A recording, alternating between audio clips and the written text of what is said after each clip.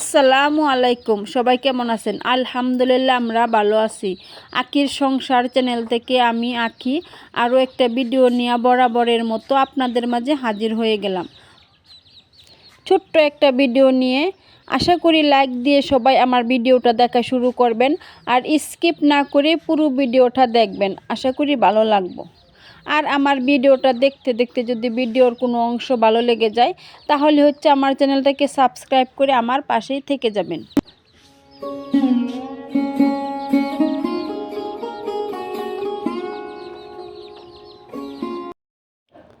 আর এই তো সকাল থেকে আমি ভিডিওটা শুরু করলাম। আর এখন আমি ভাজি করবো আর রুটি বানাবো।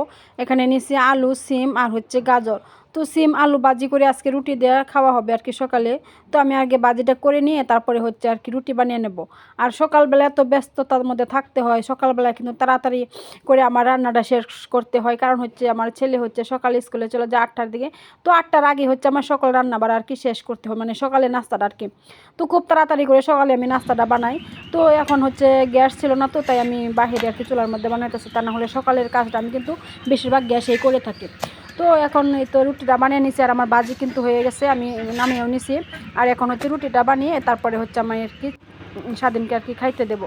আর এই তো এখন আমি রুটিটা বেড়ে ভাজি দিয়ে দেবো, স্বাধীন খেয়ে স্কুলে চলে যাবে। আর সকালবেলায় কিন্তু আমাদের অনেক কাজ থাকে, তো আমি বেশিরভাগ সকালের ভিডিও করতে পারি না, কারণ অনেক ব্যস্ততার মধ্যে থাকতে হয় সকালে। তো ভিডিও করতে গেলে দেখা যায় যে ভিডিও অনেক বড় হয়ে যায়, আর ভিডিও করে কাজ করতে গেলে কিন্তু কাজও অনেক দেরি হয়। তো এখন এই তো আমার ছাত্রছাত্রীরা চলে আসছে পড়ার জন্য। আর এখন 9টা বাজে।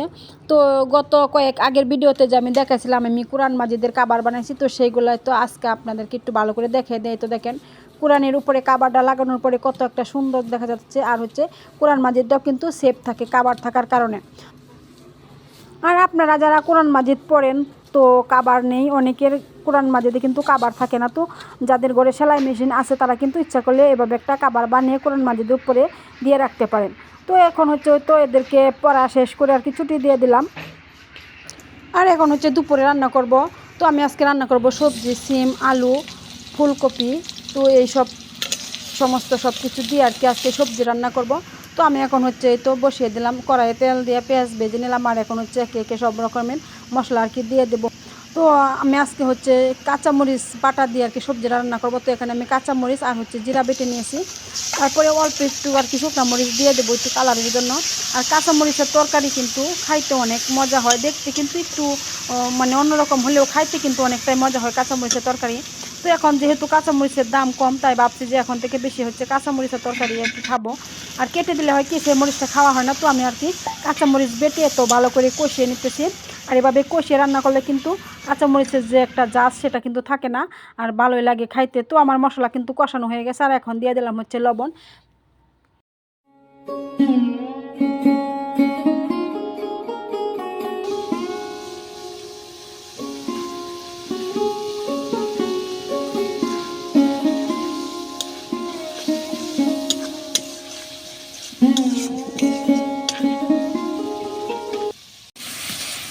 আর আমি কিন্তু অল্প করে চিংড়ি মাছ দিয়ে দিছি। আর চিংড়ি মাছগুলো ভালো করে কষানো হয়ে গেছে। আর আমি সব রকমের সবজি এখন দিয়ে দেবো, দিয়ে আর কি ভালো করে আবারও কষিয়ে নেব। মাটির চুলায় পাতা দিয়ে জাল দিয়ে কিন্তু তরকারি রান্না করি, আর সেই তরকারি কিন্তু খাইতে অনেক মজা হয়, কিন্তু ভিডিও করতে কিন্তু অনেক কষ্ট হয়। তাই আমার আপু ভাইয়াদের বলছি, যারা আমার ভিডিওটা দেখেন অবশ্যই একটি লাইক দিবেন। আর যারা নতুন আছেন তারা অবশ্যই আমার চ্যানেলটাকে সাবস্ক্রাইব করবেন। আমার চ্যানেলে কিন্তু সাবস্ক্রাইবারের সংখ্যা অনেক কম, আর যাও কয়টা সাবস্ক্রাইবার বাড়ে তো পরবর্তীতে দেখা যায় যে অনেক সাবস্ক্রাইবার কেটে নেওয়া হয়, কেন জানি না।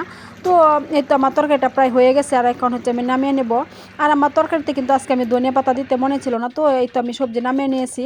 আর এখন আমি একটু বেড়ে নিতেছি বাটিতে, মানে আমি একটু খাই আর কি, দেখবো যে কেমন হলো কাঁচামরিচের তরকারি। তো এখন সবজির দাম কিন্তু অনেক কম, তো আমরা এভাবে কিন্তু বেশি বেশি সবজি রান্না করে খাইতে পারি, তাতে কিন্তু শরীরের প্রতি অনেক একটা উপকার হবে। তো সবজি তরকারিটা মাসাল্লাহ অনেক মজা হয়েছিল, কিন্তু দেখতে আর কি কেমন জানি একটু সাদা সাদা লাগতেছে। তো সমস্যা নেই, খাইতে কিন্তু অনেক মজা হয়েছে। আর আপনারাও কিন্তু আমার মতো এভাবে বেশি বেশি করে সবজি রান্না করে খাবেন, তাতে শরীরের অনেক উপকার পাবেন। তো আমি খাইতে খাইতে আপনাদের কাছ থেকে বিদায় নিচ্ছি। আল্লাহ হাফেজ।